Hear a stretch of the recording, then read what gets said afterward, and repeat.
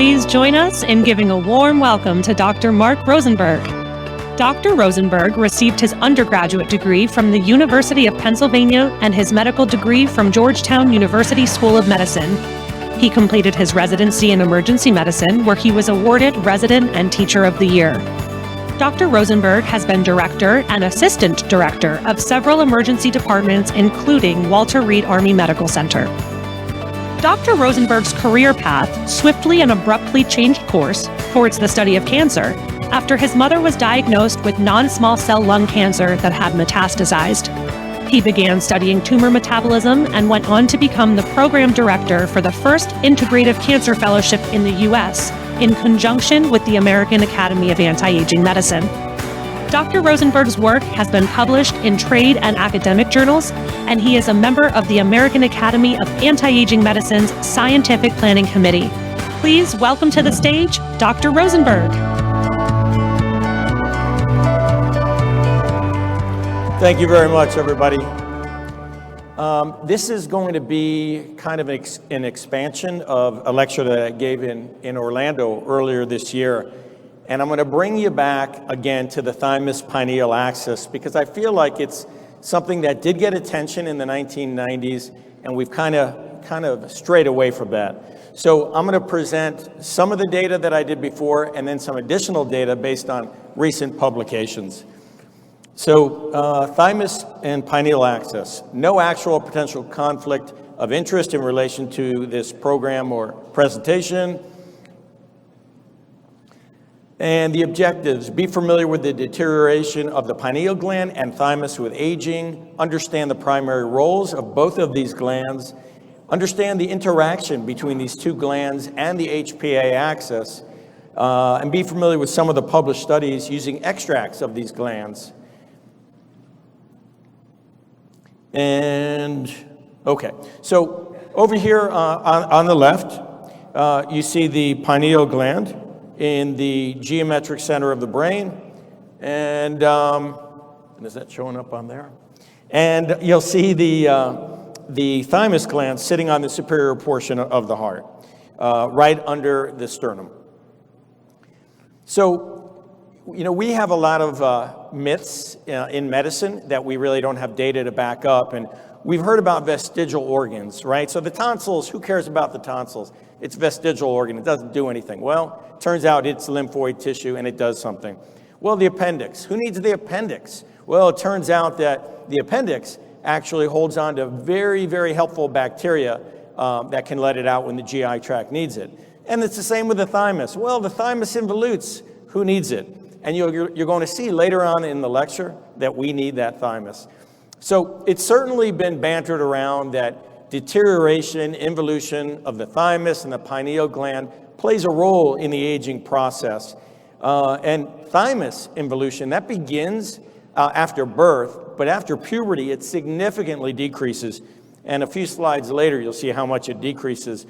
But both of these glands play very important roles in the immune system, the neuroendocrine system, and certainly the immune system, or the functionality of the immune system, is probably the most important predictor for health span and lifespan. Okay, so it's been shown in mice that if you remove the pineal gland, the thymus begins to waste, and then the organism begins to waste. So it has been proposed that the deterioration of either one or both of these glands really has a very negative effect on health span and lifespan.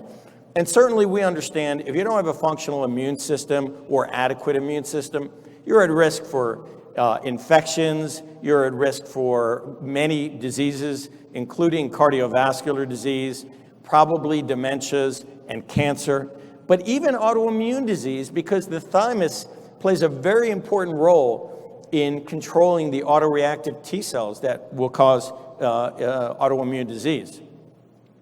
And here's a pictorial just showing the interconnectedness. So on the left lower picture, you'll see the pineal gland releasing melatonin.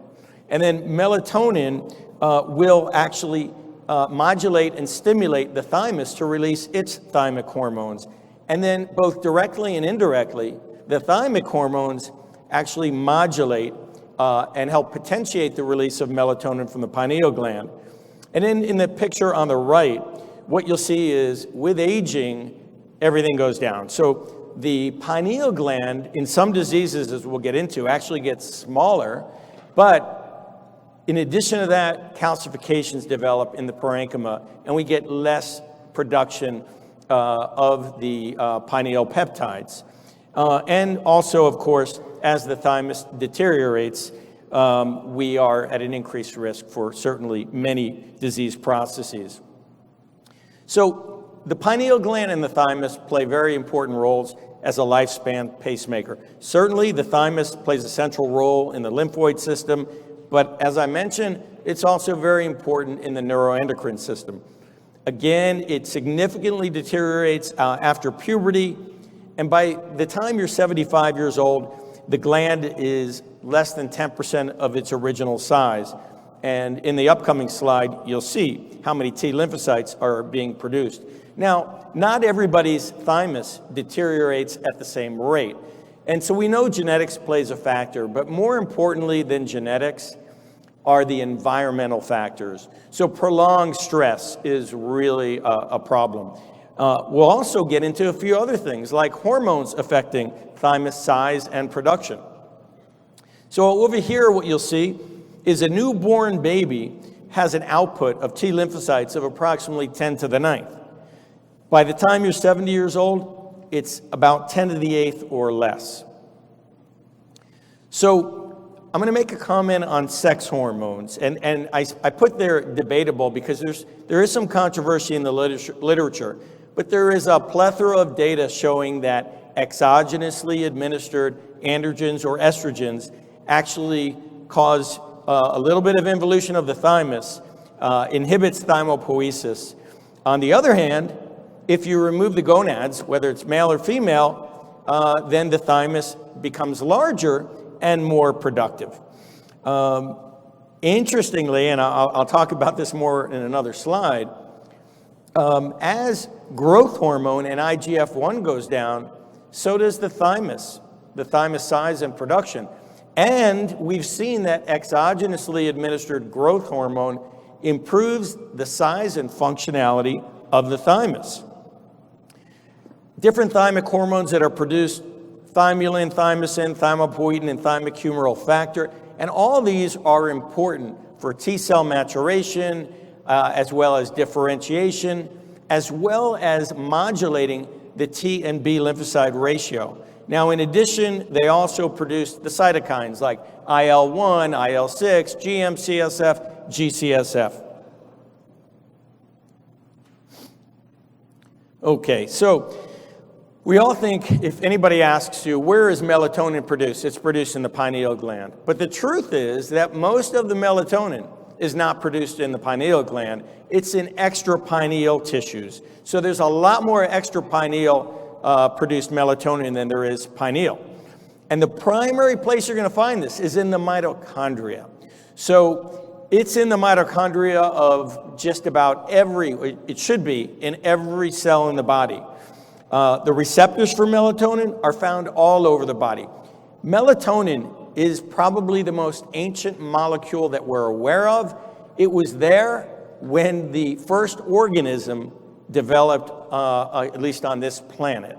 So this is a conserved molecule, and its primary role, other than we're about to get into with the pineal gland, its primary role is as an antioxidant. And why is it in the mitochondria? Where's the bulk of the oxidative stress but in the mitochondria? Okay, so melatonin is also important for the mitochondrial circadian rhythm. So we all know about the circadian rhythm, but there's also a mitochondrial circadian rhythm, and we want that to be coordinated or synchronized with the overall body clock. So melatonin plays a big role in that. It regulates the expression of the genes. We have 37 genes in the mitochondria. We always talk about the nuclear genes. The mitochondrial genes are very, very important for health. So melatonin regulates the expression of those genes, the protein production, energy production, as well as mitochondrial biogenesis, as we'll discuss it in the next slide.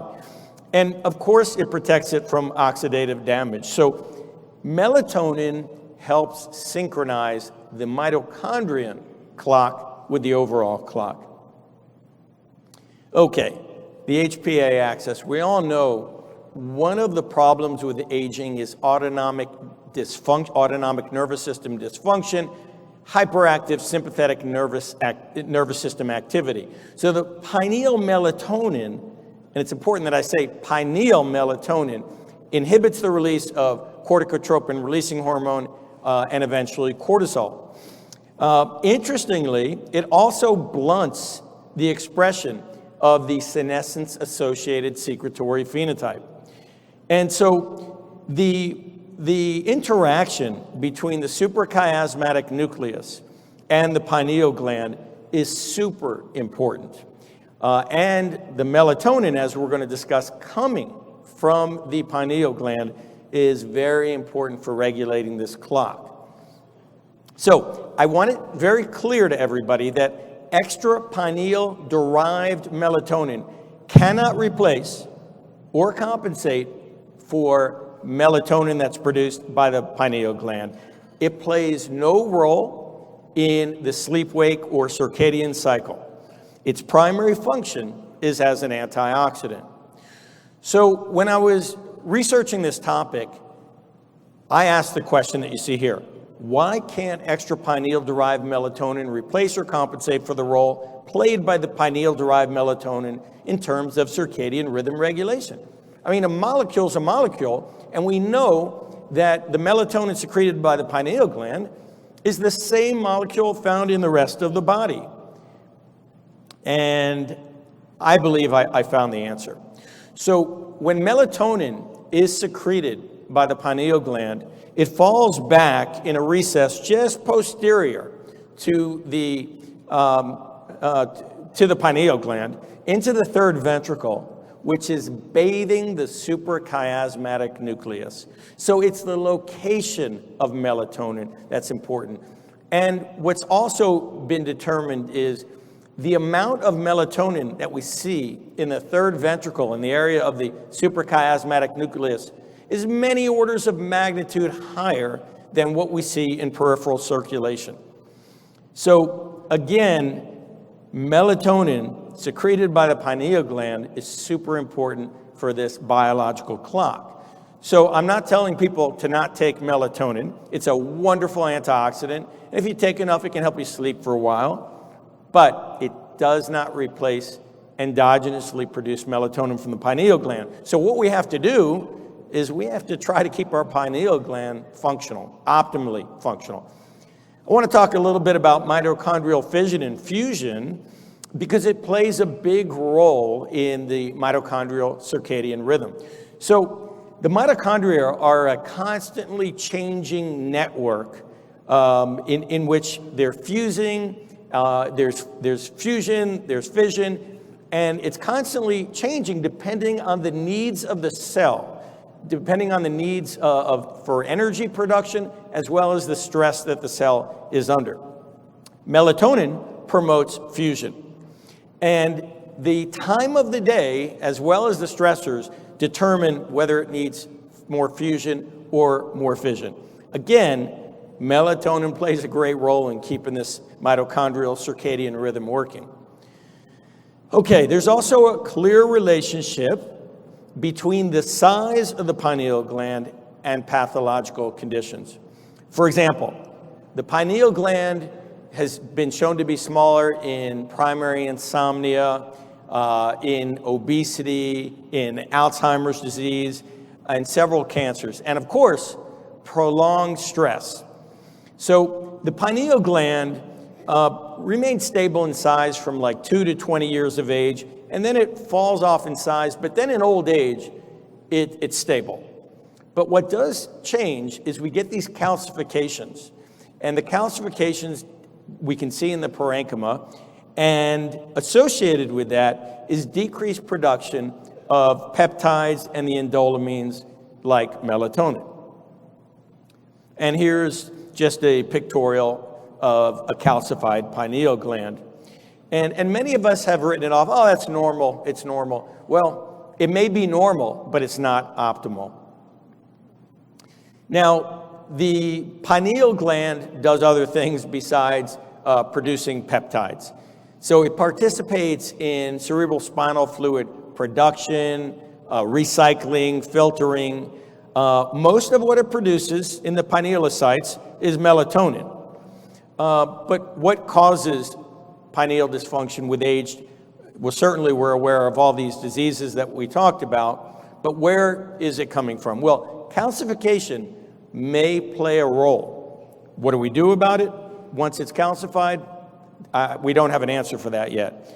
But also, there may be decreased input from the suprachiasmatic nucleus. So keep in mind that the light hits the retina, and that impulse gets transmitted to the suprachiasmatic nucleus, and then that gets transmitted to the pineal gland. Okay, so different peptides secreted by the pineal gland, certainly melatonin, and I'm sure you're all familiar with dimethyltryptamine or DMT, and it has been proposed that people with near-death experiences hallucinate, possibly because the pineal gland in near death will release large amounts of dimethyltryptamine. That has not been proven. Also produced from the pineal gland, serotonin and acetylserotonin, neurosteroids, testosterone, estradiol, and 7-alpha-hydroxypregnenolone, and multiple brain growth factors. Again, like the thymus, the pineal gland modulates the crosstalk between the neuroendocrine and immune systems. And melatonin, again, it directly affects the release of the thymic hormones. So these two glands are inseparable. They're very well connected.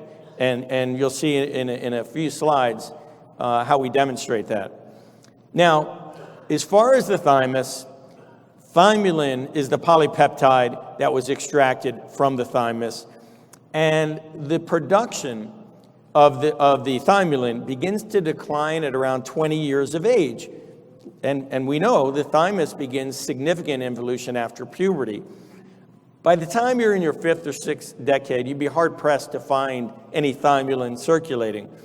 And just like the pineal gland and its peptides, the thymulin plays a very important role in the crosstalk between the neuroendocrine and immune system. Now, one of the important things that thymulin does is it modulates the release of pro-inflammatory cytokines. We all know about T and B lymphocytes, everything that the thymus does in optimizing that ratio, but it is also very important for reducing the pro-inflammatory cytokines and the tamping down the HPA axis.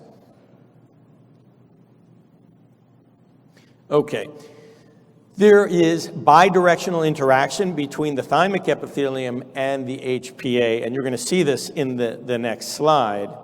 So let's look at the bottom parts of this slide. You'll see that thymulin, and you can replace the word thymulin with thymus gland in this case. So a functional thymus gland will stimulate the release of LHRH, which stimulates the release of LH and FSH, which stimulates the release of sex hormones.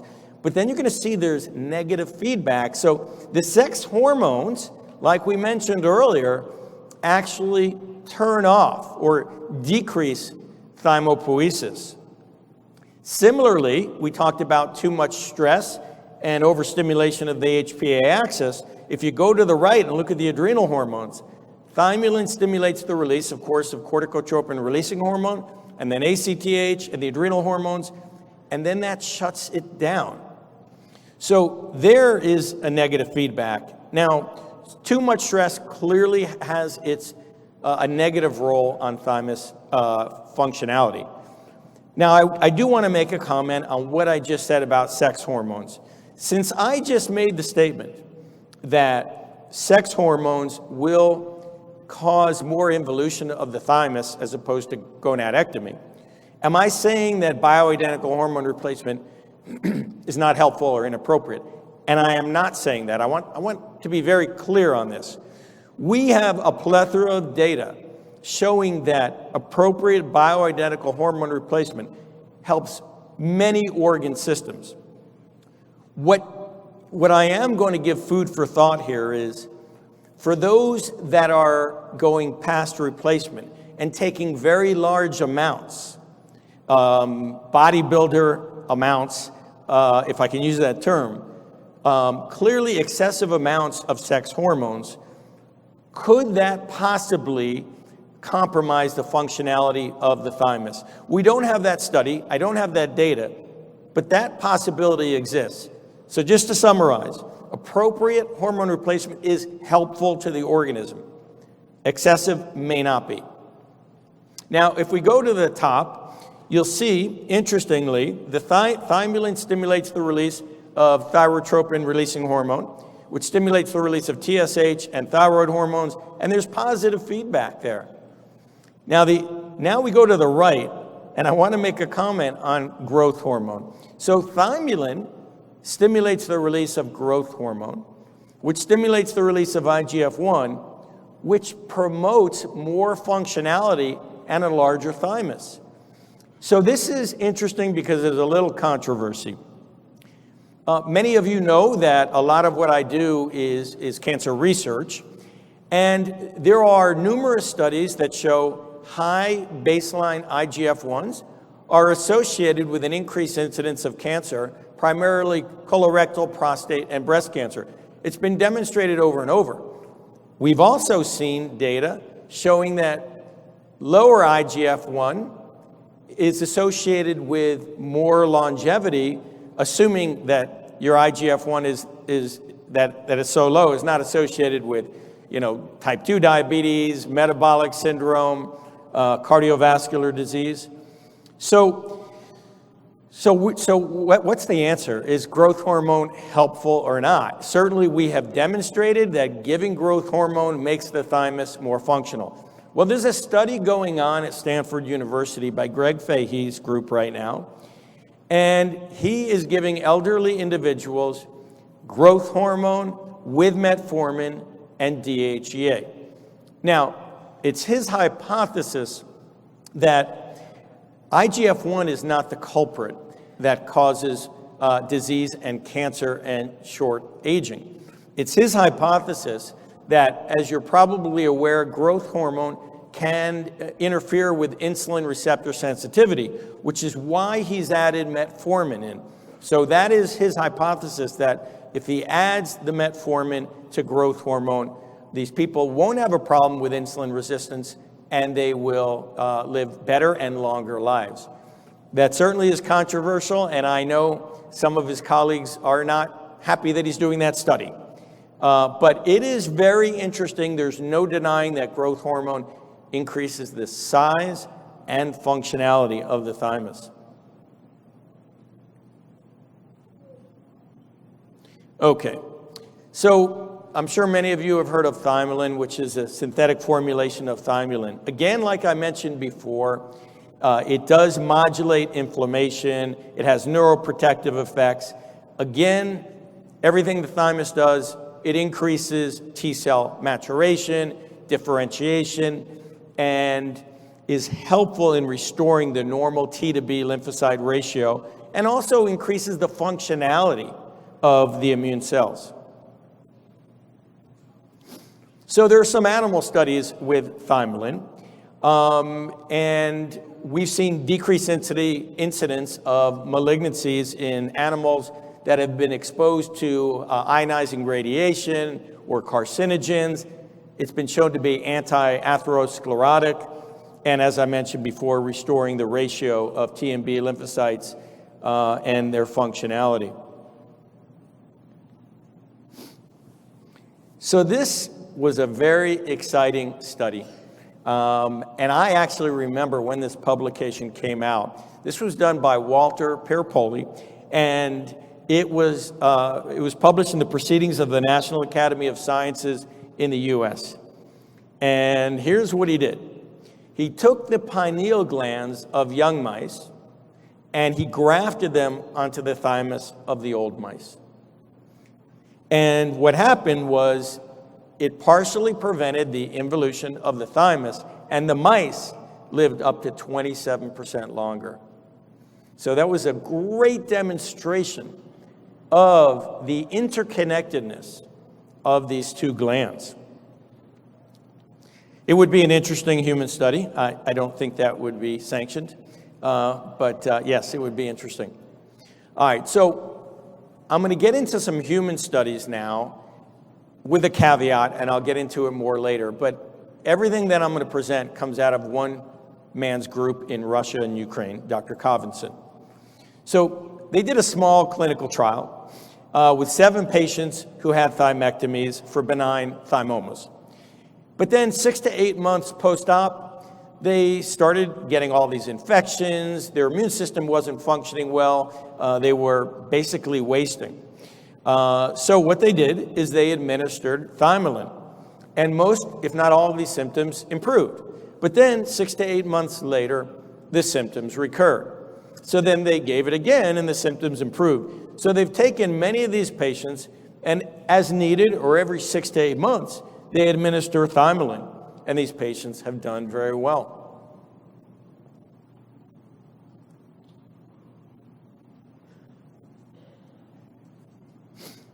So thymolin was approved as an immunomodulator by the USSR Ministry of Health in 1982.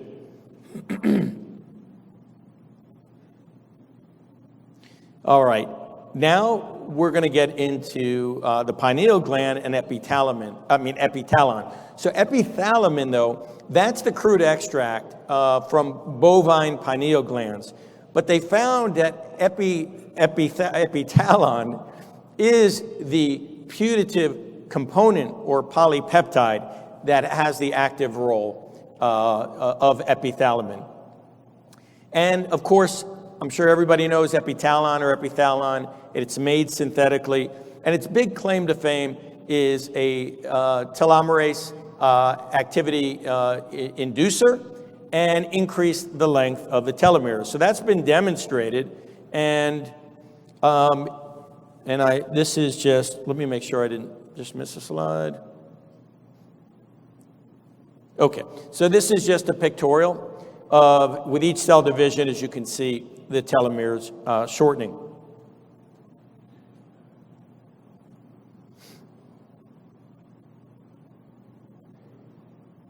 All right, so what they did is they did a cell culture of human fetal fibroblast cells. And when they exposed them to epitalon or epithalamin, they increased from 34 cell divisions or passages to well beyond the 44th. And interestingly, when they looked at these old cells that have gone through 44 passages, their telomere lengths were the same as the original culture. Now again, very important that you understand that just like the thymic peptides, epitalon and epithalamin modulate the overactive HPA axis. Very, very important.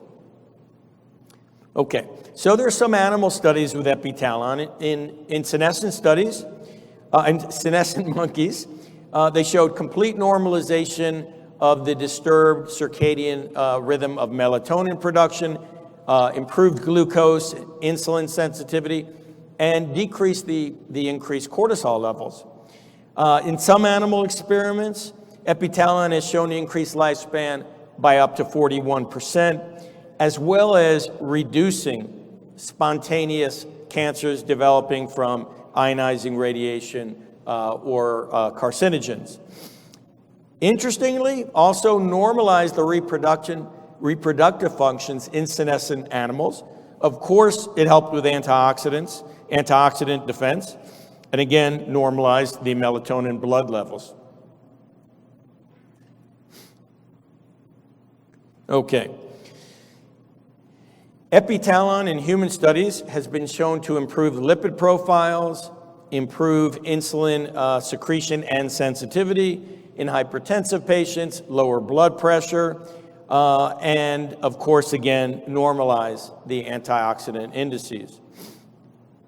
Now, I looked at all the studies that I can find out of Russia, And there's not a lot of data on this, but in some cancer patients that are hormone receptor positive, specifically, they found when these individuals got regular administration of epitalon, there was decreased incidence of recurrence of cancer in those who had cancer, as well as decreased risk for metastases.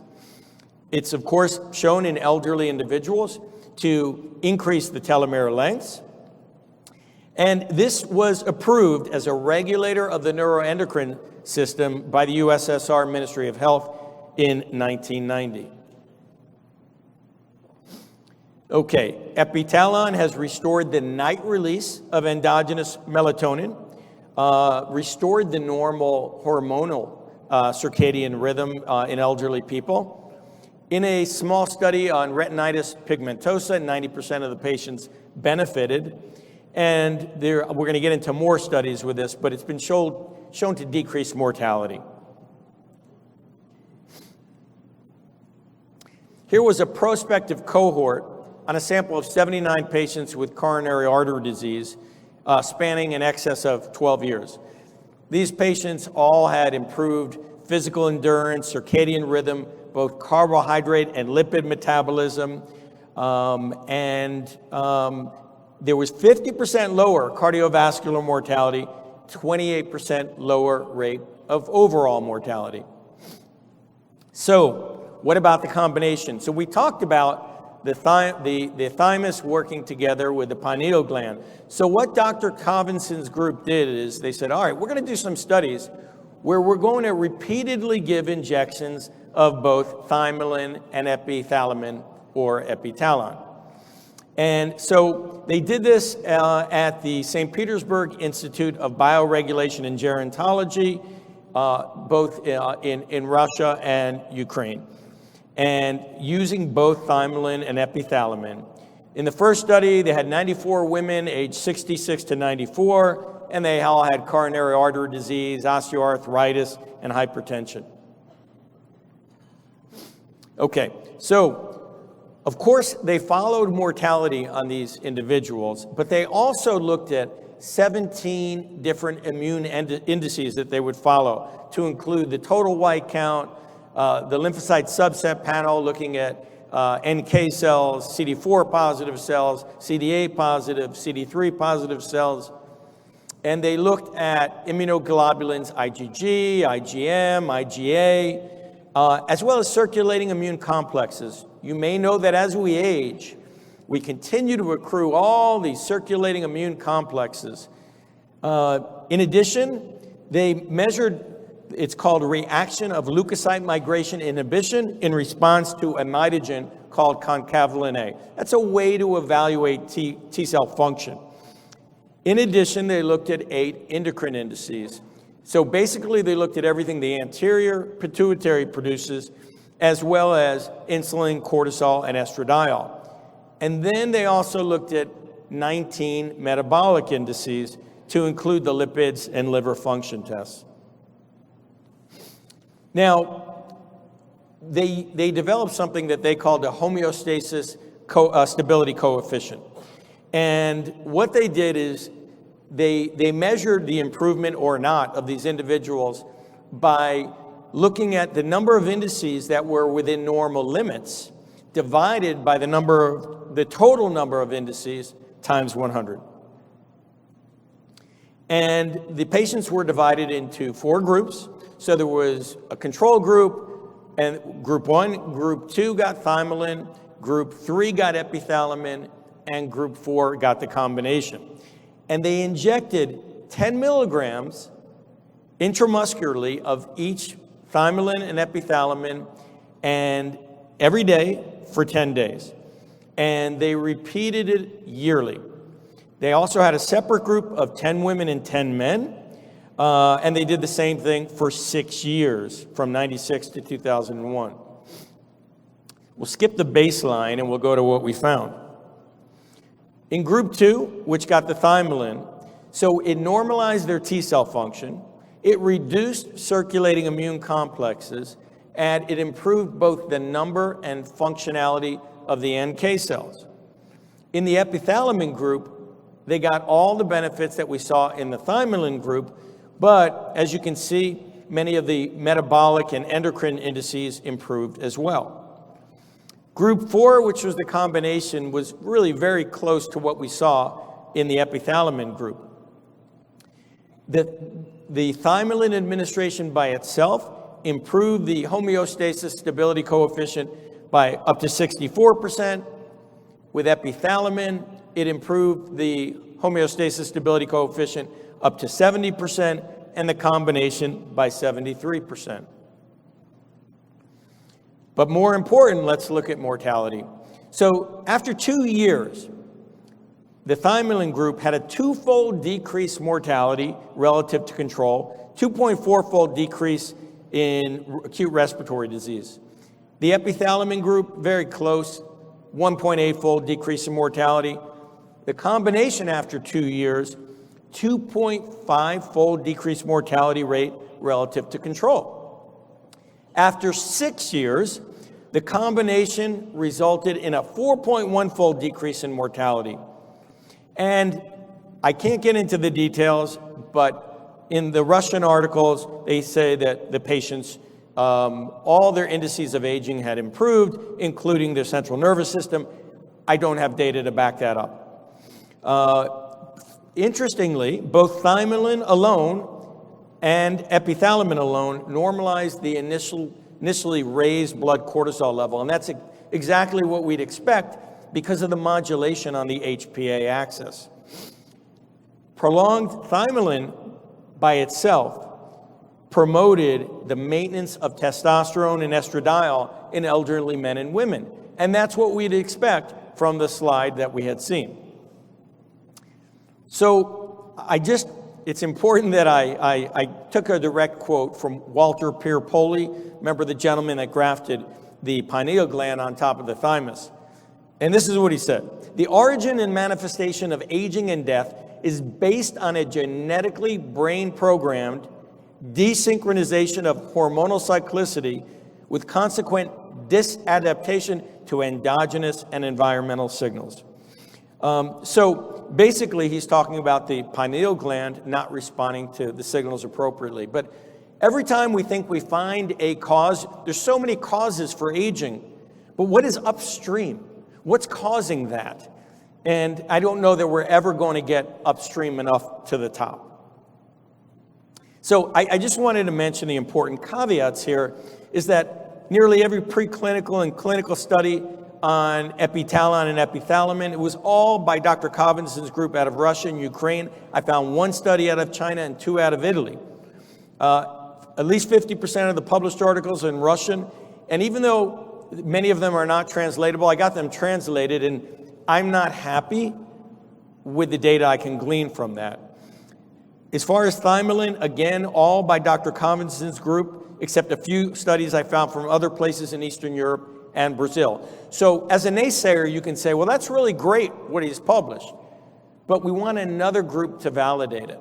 And I would love to see that as well. As you know, these are very expensive studies, and there's no intellectual property in these peptides, so I don't see that ever coming. I want to move now into the health consequences of thymus removal in an adult. And this was published, as you can see, August 3rd, 2023. So remember, we've learned that the thymus is a vestigial organ, we don't need it. So the authors evaluated the risk of death, cancer, and autoimmune disease among patients who underwent thymectomies while they're getting cardiothoracic surgery. So you know, with cardiothoracic surgery, you're opening the chest, right below the sternum is the thymus. So sometimes you just say, hey, we don't need that, let's get it out of the way. So 1,420 patients had thymectomies and 6,021 didn't. And so they wanted to look at mortality. In a subset of patients, they also looked at T cell production as well as plasma cytokine levels. So 5 years post-op, the all-cause mortality was higher in the thymectomy group than the control group, 8.1% versus 2.8%. That's huge. The risk of cancer was doubled, 7.4% in the thymectomy group, 3.7% in the non-thymectomy group. After another 5 years of follow-up, all-cause mortality was higher in the thymectomy group than in the general population, 9% versus 5.2%, as was mortality by cancer, 2.3% versus 1.5%. Now, remember the subgroup that they looked at the T cells and the plasma cytokine levels.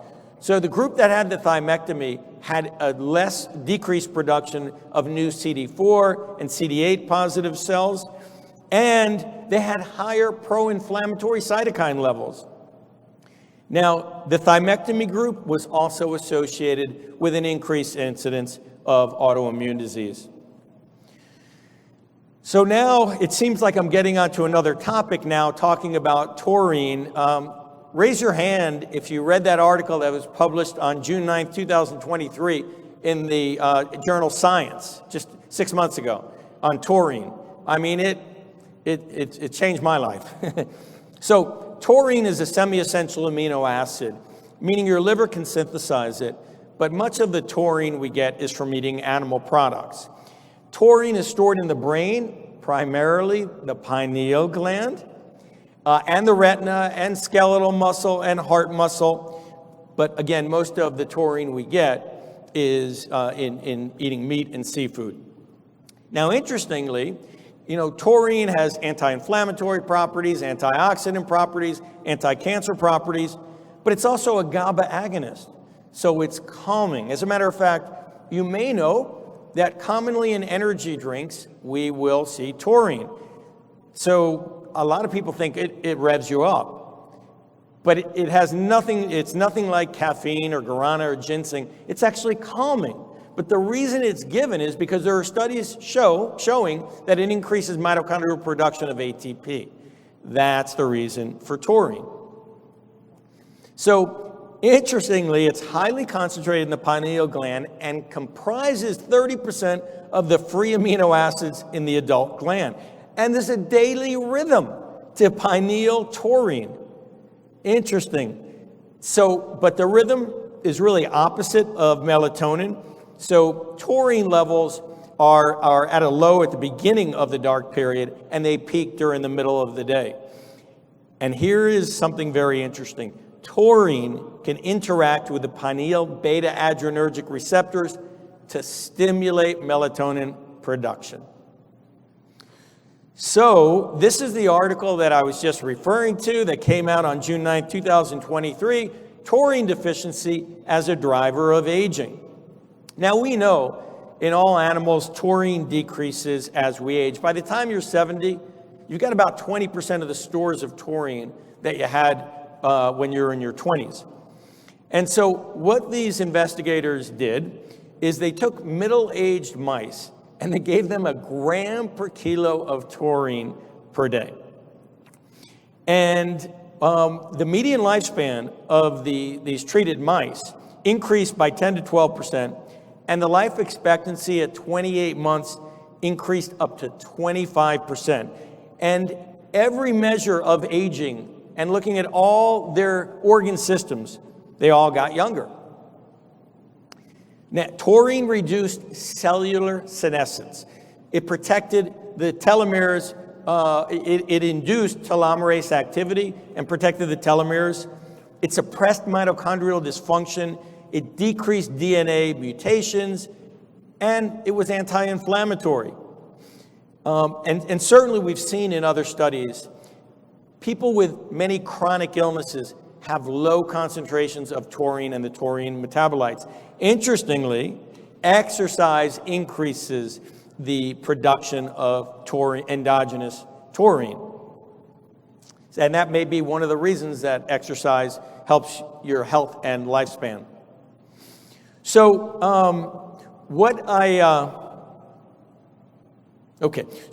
let me back up a second. So what I did, June 9th is when the article came out. And on June 10th, I purchased 1,000 milligram capsules of taurine. And I took 3 in the morning, 3 in the afternoon, and 4 in the evening. I took 10 a day. And in about 3 weeks, I felt like Superman. I slept better. My energy throughout the day was amazing. I just felt on. I went to the gym, I couldn't get tired. But then at the 3-month mark, I ran into a problem. I started getting diarrhea within 30 minutes of taking taurine. So I ended up backing down to 6 grams a day. Now, I feel good. You could probably tell that, but I'm not Superman. So I'm going to kind of inch my way back up again and go down when I need to. So why did I choose 10 grams?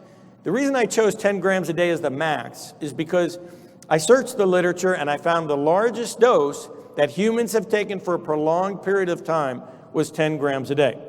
So I put other patients on this with all kinds of diseases, including cancer, because it has anti-cancer properties, and some amazing things. I actually treated a lady, she's 82, and 10 years ago, she had metastatic MMMT uterine cancer, very aggressive uterine cancer.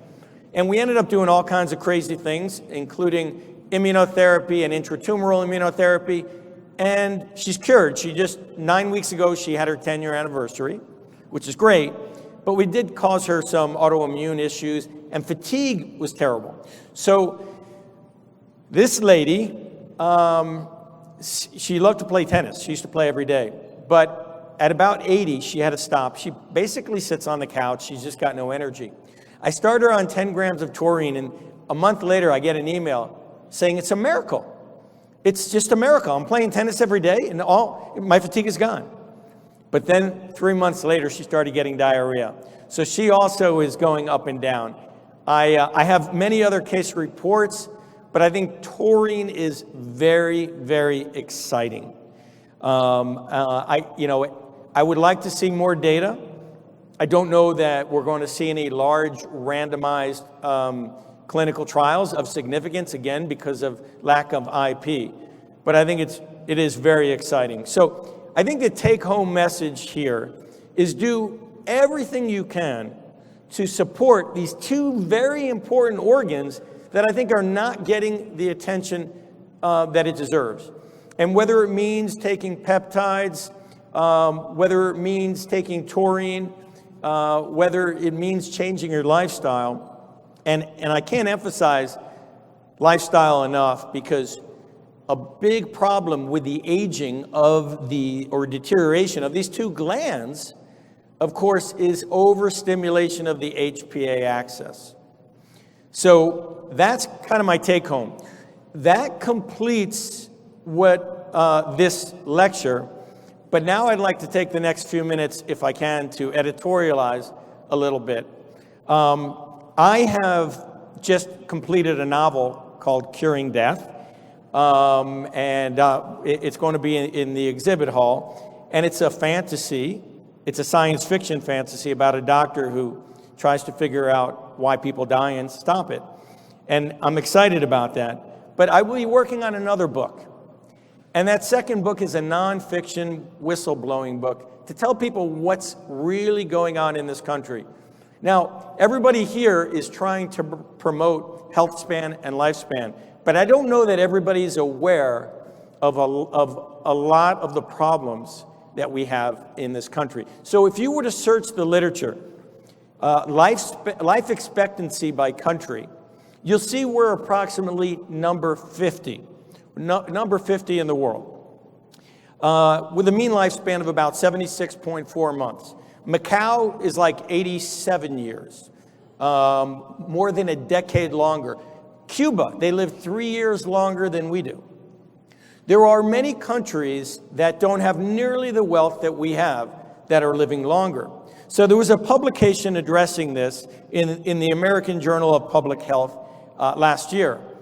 And the author was talking all about this, and he asked this question. He said, what are they doing? We need to figure out what they're doing in these other poorer countries that allow their citizens to live longer.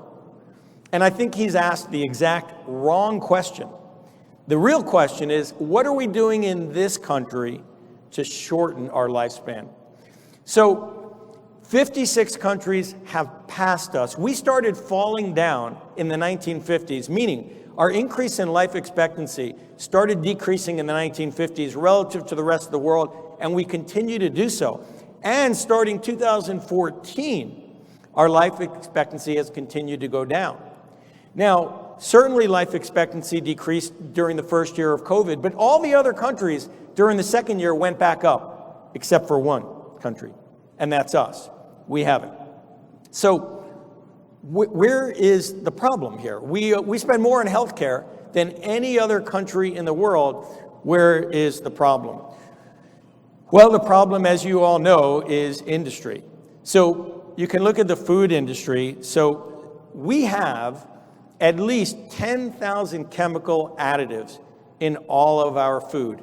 And most of these additives have been banned by other countries and certainly the European Union. But in 1958, the FDA said, well, we're going to call this GRAS, generally regarded as safe. And then they further ratified that bill in 2017, basically giving the food industry carte blanche. The food industry can add whatever chemicals they want, and they don't even need to declare it to the FDA. And the FDA spokesman actually told CBS that we have told the food industry we are relying on them to protect the people. And this is all, you can find this in the literature. So the lobbying, as you know, the lobbying power of the food industry is amazing. And it's playing a huge role in our health span and our lifespan. As you know, 70% of Americans are overweight, 30% are obese. If you Google what's the average height and weight of a female in the United States, the answer is 5'4", 170 pounds. Where else are the problems? Well, I don't need to tell you about pharmaceutical industry. There was a study published in the Journal of Clinical Oncology about 8 months ago. And what they did is they looked at every new drug for cancer that has been developed over the last 2 decades. And they wanted to see how much did each of these drugs improve progression-free survival or overall survival. And the answer was the drugs produced, on average, progression-free survival of 3.2 months and overall survival of 2.8 months. Now, let me ask you this. If the patient went to his oncologist with cancer, advanced stage cancer, and the oncologist said, listen, I'm going to put you on this new great drug, but I just want you to know that you're going to have side effects and you may live 2.8 months longer. How many people would say, oh, okay, I'm on board? So obviously, again, the power of the pharmaceutical industry is daunting. Chevron, I don't know how many people read the article that came out a few months ago. In their boat fuel, Chevron has added a recycled plastic into their boat fuel. And one of the EPA scientists who just retired, she said, this is the most carcinogenic substance I have ever studied in my life. The carcinogenicity is 1,000,000-fold higher than the limit by the EPA. She also went on to say that if 100 people were exposed to this chemical every day, they work on boats, 100% of them will get cancer. So we have a lot of problems, as you all know, and it's very understandable what's happening in this country. Now, we are a very special group here. What the American Academy of Anti-Aging Medicine is about, it's all about education.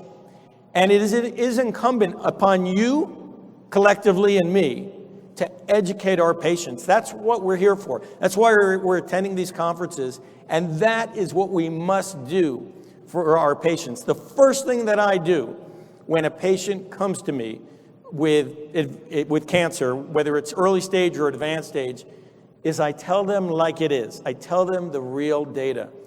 So I thank you all for listening to me, and I hope you carry on exactly what I said.